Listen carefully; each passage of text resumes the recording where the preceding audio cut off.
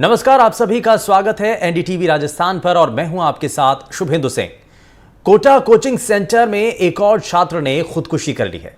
छात्र ने कमरे में फांसी से लटक करके अपनी जान दे दी। दरअसल राजस्थान के धौलपुर का रहने वाला भरत कोटा में रहकर नीट की परीक्षा की तैयारी कर रहा था। अब तक की जानकारी के मुताबिक भरत का नीट परीक्षा में तीसरा अटेम्प्ट था और भरत के कमरे से पुलिस को एक नोट भी मिला है जिसमें लिखा है कि सॉरी पापा, मेरा सिलेक्शन नहीं हो सकेगा। छात्र भरत के साथ उसका भांजा रोहित भी नीट की परीक्षा की तैयारी के लिए यहीं पर रह रहा था। रोहित किसी काम से बाहर गया हुआ था और इसी दौरान भरत ने सुसाइड कर लिया। लेकिन इसके पीछे की वजह कई हैं, क्योंकि क्या जो दिख रहा है सिर्फ वही एक बड़ा कारण है। हालांकि एक नोट भी मिला है, नोट के अंदर अपनी हताशा को उस छात्र ने दिखाया भी है। लेकिन यह कोटा की एक तस्वीर नहीं है, इससे पहले कई बार इसी तरीके से कोटा के अंदर सुसाइड के मामले सामने आ चुके हैं, जो कि अब कई सवाल खड़े कर रहे हैं।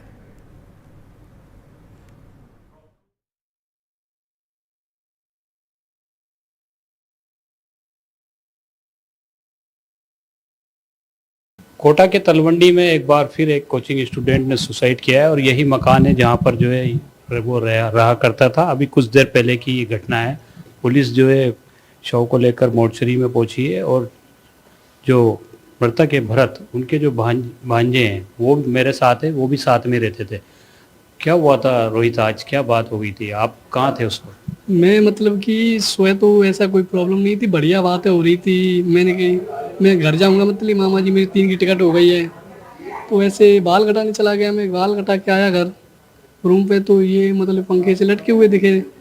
तो मैंने आंटी को बोला, मैंने आंटी जी मैंने पहले तो हाथ से नो देखा, नंबर शायद चल रही हो पंप, तो ऐसा कुछ नहीं था। फिर आंटी के पास गया, आंटी के पास जाके आंटी जी ने, मैंने बोला पुलिस वगैरह के लिए फ़ोन लगा दो, मैंने आंटी जी। फिर पुलिस के लिए फ़ोन लगा दिया, पुलिस आ गई, उन्होंने ये चेक किया भाई। क्या लग रहा था आपको? आप साथ में रहते थे, क्या कोई डिप्रेशन हो रहा था? डिप्रेशन मतलब कि ऐसा ही कोई बात नहीं थी। घर वाले भी एकदम बढ़िया थे, मतलब कि कोई प्रेशर नहीं देते थे घर वाले। जिस निरे के घर वाले प्रेशर देते हैं, पर ऐसा कोई प्रेशर नहीं था। उनके पापा एकदम मतलब कि बढ़िया थे, डेली बातें करते थे मेरे मॉर्निंग में, मतलब जग के डेली बातें करते थे उनके पापा जी, और उनकी मम्मी जी भी बातें करती थी। आज जो है आज आज आज क्या कितने बजे करीब आप निकले और उसके बाद जो है ये? आज मैं 10:30 बजे निकला था। 10:30 के बाद शायद मेरे को लग रहा है 10:30 से और 11 के बीच में जो हुआ है, आधे घंटे के बीच में हुआ है। 11:10 पे तो मैं आ गया हूँ रूम पे। कोई कुछ मिला है उनके रूम में, कोई नोट वगैरह? नोट वगैरह तो कुछ नहीं, बस यही मिला था, मेरा इस साल सिलेक्शन नहीं हो पाएगा पापा, आई एम सॉरी। बस हाँ। और कितने बच्चे इस हॉस्टल में रहते? बच्चे इसमें शायद इस हॉस्टल में अब तो हम 2 ही रहते थे, और तो सभी खाली करके चले गए थे। मतलब पेपर था 5 मई का, इसलिए। तो एक बार फिर जो है दुखद घटना कोटा से सामने आई है और इस पूरे मामले में भी एक जो है सुसाइड नोट मिला है जिसमें बच्चे ने कहा है कि पापा आई एम सॉरी, मैं नहीं कर पाऊंगा। कोटा में लगातार जिस तरह से ये जो मामले सामने आ रहे हैं और सरकार और जिला प्रशासन द्वारा जो काम किए जा रहे हैं उन सब पर सवाल खड़े हो रहे हैं। अब देखना होगा इस पूरे मामले में किस तरह के एक्शन लिए जाते हैं, क्योंकि कमरे में हैंगिंग डिवाइस भी नहीं था। इसके अलावा जो लगातार जिस तरह के जो है गाइडलाइन के दावे किए जाते हैं, उन गाइडलाइन की पालना को लेकर किस तरह की कार्रवाई होती है। लेकिन फिलहाल जो है एक और कोचिंग छात्र जो धौलपुर का निवासी था भरत, उसने जो है आत्मघाती कदम उठाया और इसका कारण जो सामने आ रहा है वो वही कारण सामने आ रहा है जो अक्सर यहाँ पर आता है कि डिप्रेशन का शिकार वो बच्चा था। कोटा से सहयोगी हेमंत जोशी के साथ शाकिर अली, एनडीटीवी। तो ये हमारे संवाददाता की ग्राउंड रिपोर्ट थी, जिसमें जो सुसाइड करने वाला छात्र था उसका जो साथी था उसने बताया कि कैसे पूरी घटना हुई। लेकिन वहीं इस पर अब राजनीतिक तौर पर भी बयान सामने आया है। कोटा में छात्र के सुसाइड करने की खबर के बाद राजस्थान के शिक्षा मंत्री मदन दिलावर से हमारे सहयोगी ने बातचीत की है। जरा वो बातचीत आपको दिखाते हैं। शिक्षा मंत्री मदन दिलावर हमारे साथ बातचीत करने के लिए मौजूद हैं। मदन जी, कोटा में जिस तरीके से सुसाइड के मामले बढ़ रहे हैं, आपने गाइडलाइन भी जारी की, दिशा निर्देश भी दिए, बहुत सारे कदम उठाने चाहिए थे, लेकिन एग्जीक्यूशन लेवल पर कहीं चूक हो रही है, एक के बाद एक सामने आ रहे हैं। क्या कोई रोड मैप, नया एक्शन प्लान आप लोग बना रहे हैं? देखो, सरकार पूरी कोशिश कर रही है कि सुसाइड न करें लोग, और केवल कोचिंग में नहीं, कहीं भी नहीं करें। और क्योंकि जिस अनुपात में पूरे प्रदेश में या देश में सुसाइड हो रहे हैं, उतने ही कोचिंग इंस्टीट्यूट के जो बच्चे पढ़ते होते हैं, कोई विशेष कोई सुसाइड की संख्या ज़्यादा ऐसा नहीं है। और सुसाइड के लिए कोई कोचिंग ही दोषी है, मेरा ऐसा मानना में नहीं है। कुछ परसेंटेज कोचिंग हो सकता है, लेकिन केवल कोचिंग ही दोषी ऐसा नहीं है। इसमें माँ बाप अभिभावकों का भी दोष है। उसका कारण ये है कि जो बच्चे की पढ़ने की और सीखने की क्षमता होती है, उससे ज़्यादा लोड उसके ऊपर डाला जाता है। आपने देखा होगा कि हर टेस्ट के बारे में जब माँ बाप तुरंत पूछते क्या रैंक रही, थोड़ी नीचे रही तो उसको नहीं पढ़ो, और कम है आपके ऊपर 1 आना चाहिए, फिर कोशिश करता है, पर उसकी क्षमता नहीं है इतनी, तो वो परेशान हो जाता है, तनाव में आ जाता है। तो फिर कई बार आपने देखा होगा ऐसा लिख करके जाता हो, आदरणीय माताजी पिताजी, मैं आपकी आकांक्षाओं पर खरा नहीं उतर सकता हूँ, इसलिए मैं जा रहा हूँ। तो इसी से लगता है कि कहीं न कहीं माँ बाप का भी इसमें रोल रहता है। परंतु अलग इसके अतिरिक्त भी जो कोचिंग कर रहे हैं विद्यार्थी, उनकी संगत कैसी है, किस प्रकार के बच्चों के साथ उठते बैठते, उसका भी असर होता है। क्योंकि ये युवा अवस्था होती है, 16-17 साल से लेकर 20-22 साल तक बहकने की। इसमें कई बार बच्चे बहक जाते हैं प्यार के चक्कर में, और फिर जब उनको कहीं झटका लगता है या कोई एक पार्ट धोखा दे जाता है, तो इस चक्कर में भी कई बार सुसाइड कर जाते हैं। पर वो हमारे कोटा में स्थिति है कि वो सब जो खाते में जाता है वो कोचिंग के जाता है। तो ये बयान शिक्षा मंत्री की तरफ से दिया गया है। हालांकि इस बयान को लेकर के भी बहुत सारे सवाल यहाँ पर उठ रहे हैं, लेकिन चलिए इस कार्यक्रम को थोड़ा सा आगे बढ़ाते हुए इस बात को समझने की कोशिश करते हैं कि कोटा में आखिर इस तरीके की स्थितियाँ क्यों बन रही हैं, इसके पीछे के कारण क्या हैं, वजह असल में क्या है, क्या हम उन कारणों के तह तक पहुँच पा रहे हैं जहाँ तक पहुँचना चाहिए। चलिए इस बीच हमारे साथ कुछ खास मेहमान कार्यक्रम में जुड़ चुके हैं। सबसे पहले आपको मिलवा देते हैं उनसे। हमारे साथ मनोवैज्ञानिक डॉक्टर वंदना चौधरी जी कार्यक्रम में जुड़ चुके हैं। वंदना जी बहुत स्वागत है आपका। आदि गर्ग हमारे साथ करियर काउंसलर हमारे साथ कार्यक्रम में जुड़ चुके हैं। आदि जी बहुत स्वागत है आपका कार्यक्रम में। और हमारे साथ स्टूडियो से हमारे सहयोगी शमित सिन्हा जी भी बड़े सहयोगी हमारे साथ जुड़ रहे हैं। शमित जी बहुत स्वागत है। और साथ ही हमारे जो संवाददाता हैं कोटा से शाकिर अली, वो भी हमारे साथ जुड़ रहे हैं। शाकिर, सबसे पहले आपका रुख कर रहा हूँ, अभी तक इस मामले को लेकर के और क्या अपडेट है, क्या जानकारी मिल रही है, क्या इस मामले को लेकर के परिवार की तरफ से कुछ कहा जा रहा है?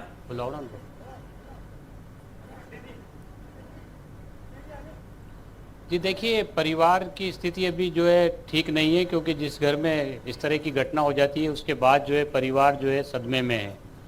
जिला प्रशासन की ओर से जो है हॉस्टल को, और जो कल 2 दिन पहले जो हादसा हुआ था आत्महत्या का, वो और एक आज जो पीजी जहाँ पर भरत ने सुसाइड किया, दोनों को जो है सीज करने के निर्देश दिए गए हैं। स्टूडेंट जो हैं वो आसपास के जो स्टूडेंट जो इस इलाके में रहते हैं वो भी सदमे में हैं। मेरे साथ कुछ स्टूडेंट मौजूद हैं, मैं उन्हीं से बात कराने की कोशिश करता हूं कि आखिर क्या समस्या जो है, बड़ी समस्या आ जाती है जो इस तरह के कदम उठाते हैं, और क्या ये चुनौतीपूर्ण एग्ज़ाम जो है स्ट्रेस देता है आप लोगों को?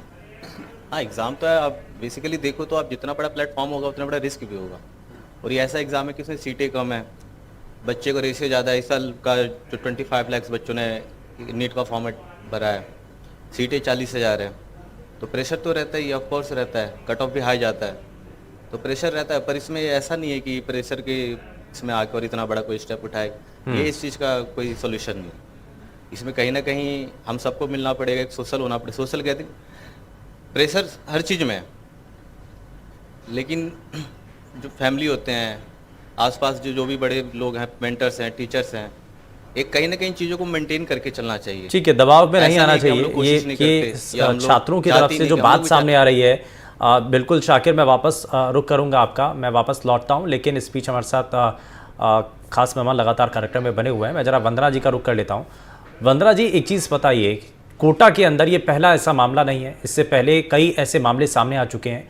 कोचिंग सिटी कोटा की जो तस्वीर है, जो एक इमेज भी है, वो भी अब बदलती हुई नजर आ रही है। बहुत सारे लोग सवाल उठा रहे हैं, घर के जो परिवार के लोग हैं अपने बच्चों को कोटा भेजने में भी अब डरने लगे हैं।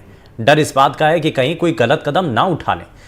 ये ऐसा हो क्यों रहा है? इसके पीछे की वजह आपको क्या नजर आती है? देखिए, सबसे पहले तो मैं एनडीटीवी का बहुत बहुत आभार व्यक्त करना चाहूंगी कि वो हर बार इस मुद्दे को बार बार उठाते हैं और ये एक सामाजिक सक्रियता के लिए बहुत ज्यादा जरूरी भी है। वही मैं अभी एक आपके द्वारा लिए गए साक्षात्कार में शिक्षा मंत्री का साक्षात्कार और उस जो साथी बच्चे का साक्षात्कार देख रही थी। एंड साथ में जो अभी रिसेंटली एक बच्चे ने भी बताया कि प्रेशर एक रीजन नहीं होता है, कंपटीशन भी होता है। और उसके साथ साथ जैसा कि माफ कीजिएगा, शिक्षा मंत्री ने कहा कि कोचिंग संस्थान की जिम्मेदारी नहीं होती है। पर मेरा ये मानना है कि पेरेंट्स, आज कोई भी हम लोग अपने बच्चों को स्कूल में भेजते हैं, नॉर्मल से स्कूल में भेजते हैं, तो शिक्षक की क्या जिम्मेदारी है? शिक्षा देना, शिक्षा को इंटरेस्टिंग बनाकर उसको बच्चों को देना, ताकि बच्चा दबाव में ना आए, उसका नकारात्मक प्रभाव ना पड़े।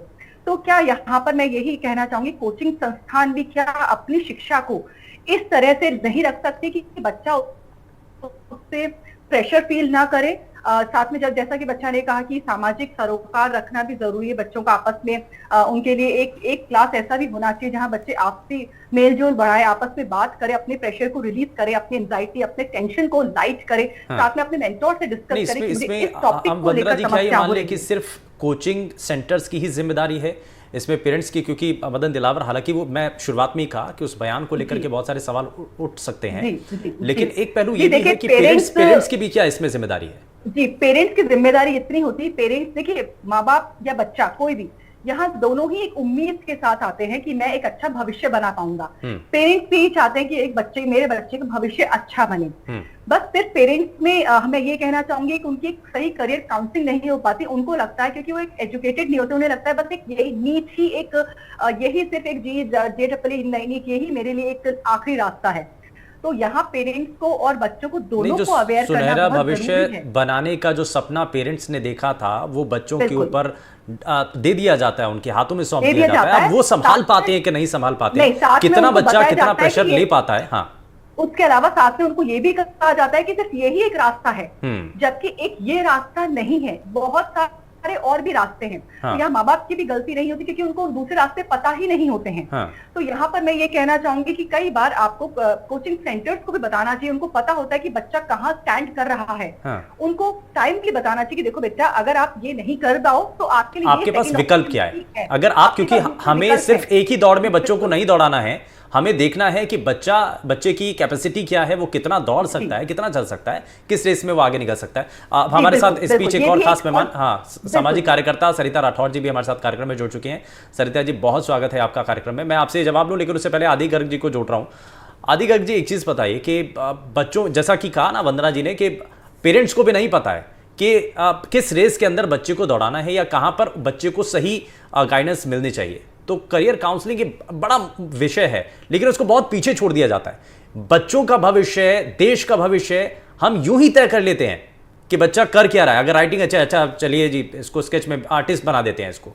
हमें ऑप्शन कितने मिलते हैं? क्या हम उन ऑप्शंस का सही तरीके से इस्तेमाल कर पाते हैं? उतनी जानकारी सभी पेरेंट्स के पास है जो बच्चों तक पहुंचा पाए?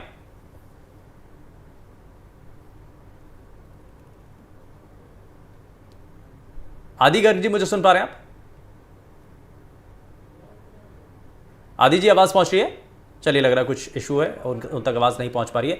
मैं इसमें जरा हमारे साथ हमारे सहयोगी शमित सिन्हा जी भी कार्यक्रम में। हाँ, आदि जी, सुन पा रहे हैं आप? चल, ठीक है, मैं जरा शमित जी को जोड़ लेता हूं। शमित जी, इसमें क्या नजर आता है? ये वजह क्या है? ऑप्शंस कम होना, क्या ये एक परेशानी है? बच्चों के ऊपर प्रेशर तो होता है, क्योंकि वो अपने आप को एक बेहतर बनाना भी चाहते हैं। साथ के दूसरे बच्चे हैं, उनसे क्योंकि सीबीएसई बोर्ड के अंदर जो बच्चा अच्छा कर रहा है, लेकिन वो आकर के कोटा में आकर के ऐसा क्या हो रहा है, बच्चा इतना पीछे चला जाता है? जी, देखिए, इसमें मैं एक बात कहूँगा कि कुछ ऐसी किस्मत वाले हैं जिनकी किस्मत होती नहीं। रोना भी मना होता है, हंसने की इजाज़त होती नहीं। सब कुछ बर्बाद किया, फिर कहा चलो माफ़ किया, है ना, इंसाफ किया। ये कहना बहुत सतही तरीका है बच्चों से कि भाई बच्चे नहीं हो रहा है तो कुछ दूसरा देख लो। जो बच्चे बोर्ड में 95% एबव ला रहे हैं, 90% एबव ला रहे हैं, वो अपने बोर्ड के टॉपर कहे जा रहे हैं। और जब वो कोटा में आते हैं, 25 लाख बच्चे दे रहे हैं। अभी बच्चों ने बताया, आपने देखा 25 लाख नीट, आपको वही जेई का बता दूं तो 15 लाख बच्चे करीब इस बार जेई बैठे। सरकार हर साल सीट कितना बढ़ा पाती है? चंद हजार। तो आप ये अनुपात देखिए, बच्चे जितने दे रहे हैं, बच्चे कमजोर नहीं हैं, बच्चे लायक हैं, लेकिन ये अनुपात इतना ज्यादा बड़ा है कि बच्चे सब लगा कर भी उसमें ऐसी नौबत आ जाती है कि बच्चे फिर भी सक्सेस, ये जिस बच्चे ने सुसाइड की, ये तीसरा अटेम्प्ट था इसका। और बच्चा पढ़ने में तेज था, इसका आप मार्कशीट, कहने का मतलब है बच्चे कमजोर नहीं है, हम उनको दे नहीं पा रहे। और कहते क्या है, और भी है जहां तुम्हारे लिए, है ना, और रास्ता ढूंढो। हम ऑप्शंस क्यों जाएं? नहीं तो जब बच्चा कर सकता है, लेकिन सिर्फ हमारे सामने सीट नहीं है। अब इतने लाख बच्चे, उसमें कुछ सीमित, कुछ हजार सीट, तो बड़ा मुश्किल हो जाता है। जो बच्चा साइंस में नंबर लेकर आया, आप उसको कह दे इसे साइंस नहीं पढ़ना था, इसे आर्टिस्ट पढ़ना था। अरे नहीं, समस्या यहां नहीं है। समस्या आप सरलीकृत जो कर रहे हैं ना, समस्या को सतही कह रहे हैं कि प्यार के चक्कर में फंस गए, आप कह दे रहे हैं कि भाई गलत संगत में फंस गए। ये बहुत सतही तरीका है देखने का। ज्यादा से ज्यादा आप क्या करते हैं, थोड़ा सा कोचिंग संस्थान को कह दिया कि तुम कम क्लासेस लो। अरे क्लासेस कम लेने से कोई कंपटीशन का स्तर नहीं कम हो जाएगा। तीसरी बात यह है कि आप कहते हैं कि कोचिंग संस्थान का दोष नहीं है। चलिए, मैं शिक्षा मंत्री के बयान से सहमत हूं, कोचिंग संस्थान का दोष नहीं है, मैं माफ करता हूं। कोचिंग संस्थान की गलती नहीं है, लेकिन बच्चों की क्या गलती है जो कोचिंग संस्थान में, पेरेंट्स की क्या गलती है जो कोचिंग संस्थान में भेज रहे हैं। आप सवाल पूछ रहे हैं ऐसे अनोखे जो आपके स्कूल के टेक्स्ट बुक की किताब में नहीं है। आपके स्कूल के टीचर उस तरह के सवाल हल करना बच्चों को सिखाने की क्षमता नहीं रखते हैं, तो बच्चों को बड़े बड़े कोचिंग संस्थान में जाना पड़ता है। तो या तो अब जो एनईपी की बात चल रही है, न्यू एजुकेशन पॉलिसी की, टीचर्स को अब कोच किया जा रहा है।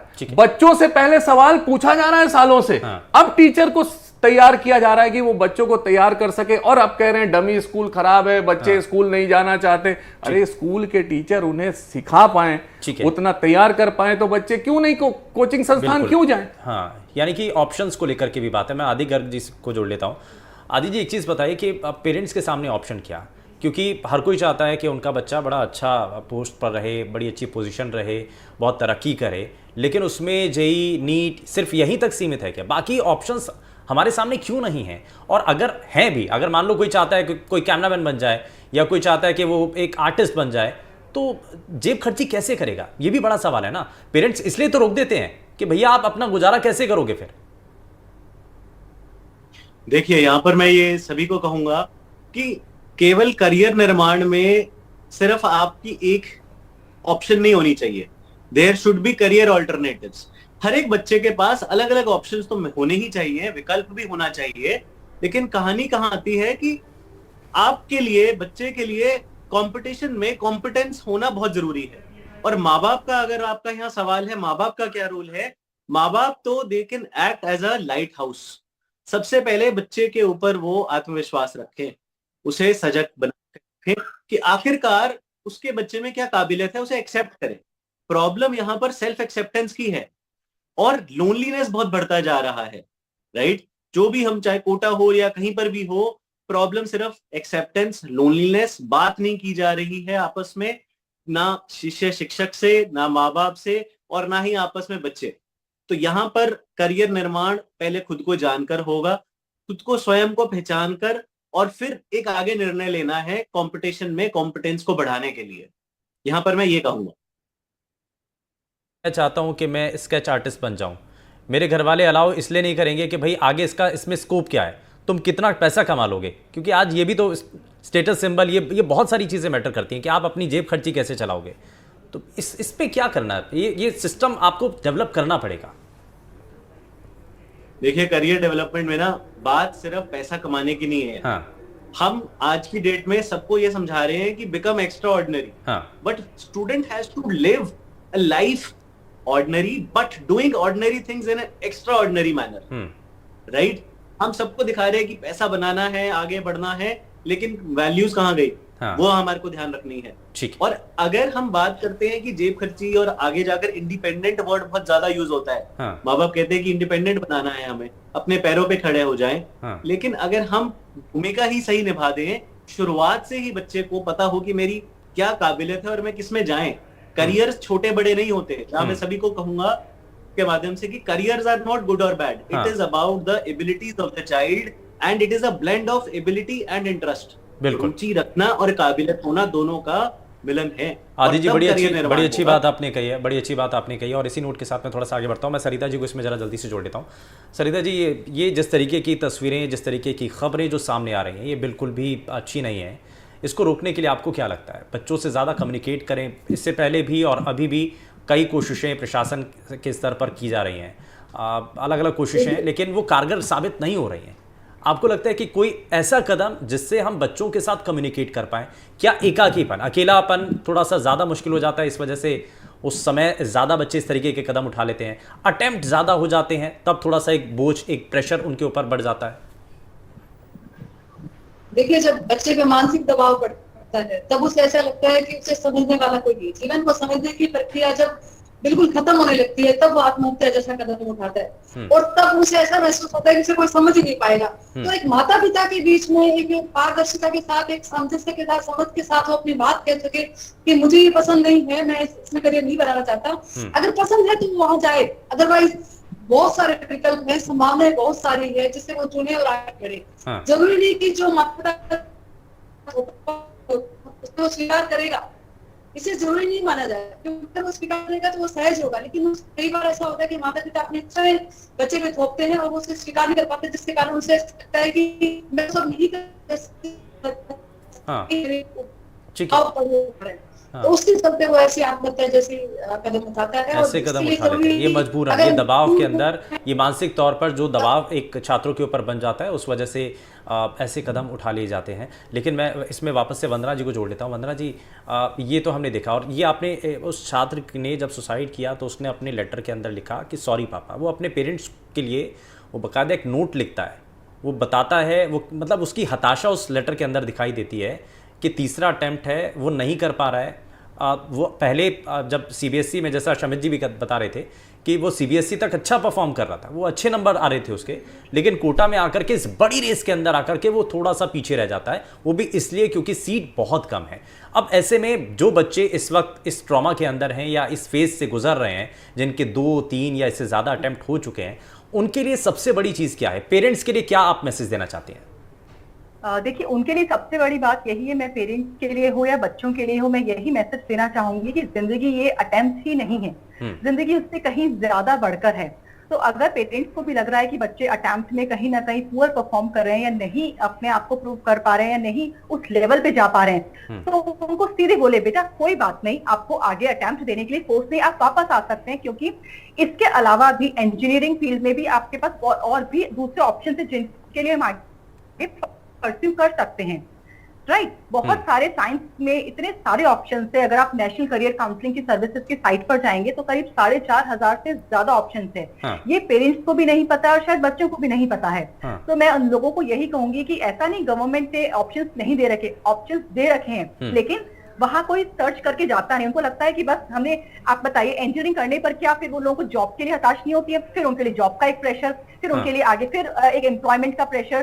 तो ये प्रेशर तो लाइफ लॉन्ग है, लेकिन एक इतने से एग्जाम अटेम्प्ट में ही अगर वो जिंदगी हार जाएंगे तो आगे कैसे अपने दूसरे एग्जाम को पास कर पाएंगे? मैं पेरेंट्स और बच्चों से भी यही कहूंगी कि जिंदगी में ये अटेम्प्ट से ज्यादा ऑप्शंस पर आप लोग फोकस करिए। अपने आप को टाइम दीजिए कि अगर मेरा 2 अटेम्प्ट में हो पा रहा है या 3 में हो पा रहा है तो कोई बात नहीं, अभी पूरी ABCD बाकी है, मैं दूसरा ऑप्शन भी ट्राई कर सकता हूँ। मैंने अपने आप को और मैंने टाइम दिया है, वो सीखा है, वो कभी भी बेवजह खराब नहीं जाता है। ऐसे बहुत से हमारे पास एग्जांपल्स हैं जिन्होंने नीट की तैयारी करने के बाद जो क्लियर नहीं कर पाए, लेकिन आज वो बहुत अच्छे, उसी से रिलेटेड दूसरे करियर में बहुत अच्छा परफॉर्म कर रहे हैं। ठीक है। तो जो नॉलेज है, जो शिक्षा है, वो कभी बेकार नहीं जाती, कभी बेकार नहीं जाती है। जी बिल्कुल बिल्कुल, ये बड़ा सही आपने, अच्छी बात कही आपने कि शिक्षा कभी बेकार नहीं जाती है। आपको दबाव में नहीं आना है, खास करके मानसिक तौर पर आपको दबाव में नहीं आना है। करियर ऑप्शंस आपको बहुत आसानी के साथ उसको आपको देखना है। आपको किसी से अगर ज़रूरत है तो गाइडेंस आपको लेना चाहिए। करियर ऑप्शन आपको ऐसे ही नहीं चुनना है। शाकिर हमारे साथ लगातार बने हुए हैं। मैं ज़रा जल्दी से एक रिएक्शन इसमें शाकिर से ले लेता हूँ। शाकिर, थोड़ा जल्दी से इस पर बताइए कि अभी पुलिस इस पर आगे क्या कदम उठा रही है, प्रशासन इस पर क्या कह रहा है, जल्दी से बता दीजिए। ये देखिए, इस पूरे मामले में पुलिस की जो टीम है जवाहर नगर की, वो जांच कर रही है कि क्या वजह रही। हालांकि सुसाइड नोट मिला है तो जाहिर तौर पर वजह इसमें भी साफ हो गई है। जो पीजी है उसको जो है सीज किया जाएगा। जिला कलेक्टर के जो आदेश हैं उसके मुताबिक जहां पर एंटी हैंगिंग डिवाइस नहीं होता उसको पुलिस को जो है निर्देश दिया जाता है। लेने की बात है। हालांकि ये कमी यहाँ पर जरूर देखी गई है और उसके मुताबिक आगे पुलिस की टीम जो है देखने के बाद एक्शन लेने की बात भी कर रही है। खैर, बहुत शुक्रिया। समय थोड़ा सा कम है, मैं माफी के साथ रुक रहा हूँ। शाकिर, बहुत शुक्रिया सभी खास मेहमानों का कार्यक्रम में शामिल होने के लिए, अपना कीमती समय देने के लिए। लेकिन बच्चों के लिए जो उनका भविष्य है ये बड़ा जरूरी है, लेकिन ऐसे में अगर दबाव उनके ऊपर बन जाता है तो ये उनके जीवन के लिए बड़ा परेशानीदायक बन जाता है।